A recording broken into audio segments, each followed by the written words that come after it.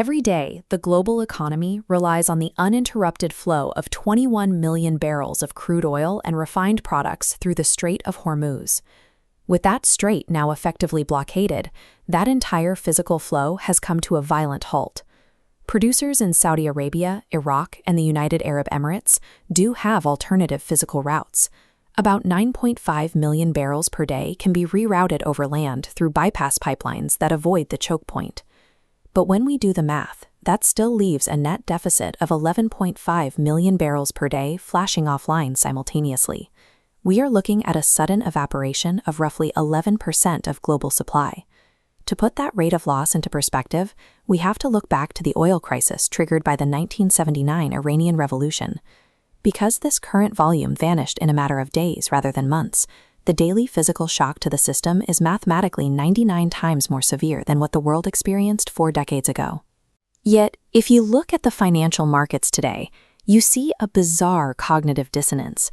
This ticker shows paper futures for West Texas Intermediate and Brent crude hovering around $95. But in the physical market, buyers who need a barrel of actual oil today are paying upwards of $150. Financial algorithms are heavily discounting the long-term risk of this blockade. This pricing behavior is driven by a pervasive domestic narrative that the United States is now a self-sufficient net energy exporter, fully insulated from Middle Eastern geopolitics. That status is a statistical illusion. It masks a severe biophysical vulnerability that leaves the domestic economy exposed to catastrophic supply shocks. Right now, the full weight of this supply shock is masked by physical logistics. Energy markets operate on a massive delay because it takes weeks for ocean tankers to physically cross the globe. The last pre-war shipments have already reached East Asia and Africa, where acute shortages are actively paralyzing transport. Here in the US, the final tankers are just arriving, temporarily isolating the domestic market from the crisis. To compensate for the missing 11.5 million barrels per day, the US and other Western nations are rapidly drawing down their strategic petroleum reserves and commercial inventories at their physical maximum rates. We are living entirely off a finite savings account. Even if a truce is signed tomorrow, the flow does not instantly resume. The strait must be swept for naval mines. Shipping companies must secure complex new insurance policies, and hundreds of massive vessels parked in holding patterns must be slowly repositioned. Once those logistical hurdles are cleared, it will take another 2 to 3 months for newly loaded tankers to actually reach their destination ports. This timeline makes a severe domestic industrial crunch mathematically unavoidable by late summer. Our storage buffers will approach zero, and paper futures cannot print physical molecules of fuel. To understand why the US is so exposed, we have to look at this equation defining barrels of oil equivalent, or BOE. This is the official accounting tool the government uses to claim energy independence, grouping crude oil, refined products, natural gas, liquid gases, and even coal into one statistical unit. The problem is that energy sources are not fungible. You cannot run a diesel locomotive on coal or natural gas. Normalizing these inputs obscures the specific physical realities of the transport economy. If we cross out the non-liquid elements, we can isolate the only metric that actually dictates industrial transport, the physical crude oil balance. When we look exclusively at crude oil, the United States exports roughly 4 million barrels per day, but it imports 6.5 million barrels per day.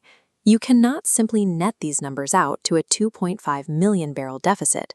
The oil we send overseas and the oil we purchase from abroad have entirely different chemical properties, and they serve entirely different engineering purposes. In the 1970s, after the Arab oil embargoes, President Gerald Ford signed a strict ban on exporting crude. That ban had to be lifted in 2016, specifically because the massive volumes of new domestic oil we were pumping were chemically incompatible with the design of our own refineries. To yield the specific fuels our society demands, the U.S. must engage in a constant, complex swap of chemical profiles. We rely entirely on an uninterrupted global trade network to balance this chemical deficit, completely nullifying the concept of independent energy security. U.S. refineries function as highly specialized, sprawling industrial networks. Their physical layout is dictated by the specific requirements of the global market. The vast majority of domestic production out of U.S. shale basins is a specific grade known as light tight oil. Light tight oil has been geologically cooked deep in the earth for a long time. This process breaks down the heavy compounds, leaving a light fluid that is perfect for manufacturing gasoline and petrochemical plastics. But gasoline alone doesn't run an industrial economy. To maximize the range of products from every barrel, the U.S. built a highly specific engineering standard, the complex refinery. This diagram shows its core, the main fractional distillation tower. When domestic light shale oil enters this main tower and is heated, its light hydrocarbon chains rapidly boil off into upper fractions, like gasoline and naphtha feedstocks. You cannot extract high-density fuels like diesel or jet fuel from this light crude. The heavy hydrocarbon chains required to synthesize those distillates simply do not exist in the source molecule. To get diesel, heavy crude must bypass the main tower entirely. It has to be routed into secondary, energy-intensive systems, like a catalytic hydrocoking unit, where thick, tarry hydrocarbons are cracked down into middle distillates. Because American refineries were engineered to utilize these expensive upgrading units, they specifically require heavy crude imports, like the dense bitumen extracted from Canada, to pair with our domestic light oil. If global supply chains freeze and heavy crude becomes scarce or prohibitively expensive, refinery margins collapse. When they cannot purchase the specific chemical feedstock they need at a viable price, they are forced to cut their total processing throughput. Therefore, a blockade that disrupts the global flow of heavy crude physically prevents the U.S. from manufacturing the specific heavy-duty fuels required for its own industrial survival. Without those specific middle distillates, modern civilization stops. Diesel is the mandatory, non-substitutable fuel that powers all global transport, mining operations, and agricultural equipment. When gasoline gets expensive, consumers make elastic choices. They can cancel a road trip or commute less. But diesel demand is strictly inelastic in nature. You cannot scale down the fuel required to plant a harvest or move freight without directly shrinking the economy. We are already seeing this structural friction play out in real time. At critical logistics hubs in Asia, the immediate impact of the Hormuz shock has pushed Singapore spot prices for diesel up to an astonishing $210 per barrel equivalent. This creates a brutal macroeconomic transmission mechanism. Exorbitant diesel costs cannot simply be absorbed by logistics companies. They must be passed down into the final shelf price of every consumer good. As the cost to transport goods continually inflates, it steadily erodes purchasing power. This cycle continues until physical end demand collapses entirely, as consumers simply cannot afford to buy. A structural diesel shortage functions as an automatic braking system for human activity, forcing a severe and involuntary contraction in total macroeconomic output. This contraction extends far beyond consumer goods and directly into the architecture of the modern world. This flowchart illustrates what researcher Vaclav Smil identifies as the four material pillars of civilization: cement, steel, plastics, and ammonia fertilizer.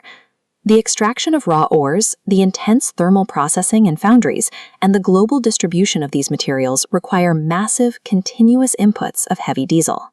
The baseline data reveals a system already stretched to its limits. Prior to the conflict in the Middle East, global production of steel, cement, and ammonia were already registering flat or declining trend lines. Even the push to transition toward rebuildable green energy, solar panels, wind turbines, and electric vehicles, paradoxically relies entirely on mining massive quantities of copper and cobalt using these exact diesel-powered supply chains. These shortages are driving nations to abandon globalized trade in favor of aggressive, localized energy security. Even if diplomatic efforts clear the Strait of Hormuz and tanker traffic eventually normalizes, the underlying fragility of our complex global supply chain has been permanently exposed. The Hormuz blockade has functioned as a stress test for a system already reaching its material limits. It serves as a physical reminder that our industrial capacity remains strictly capped by the availability of the specific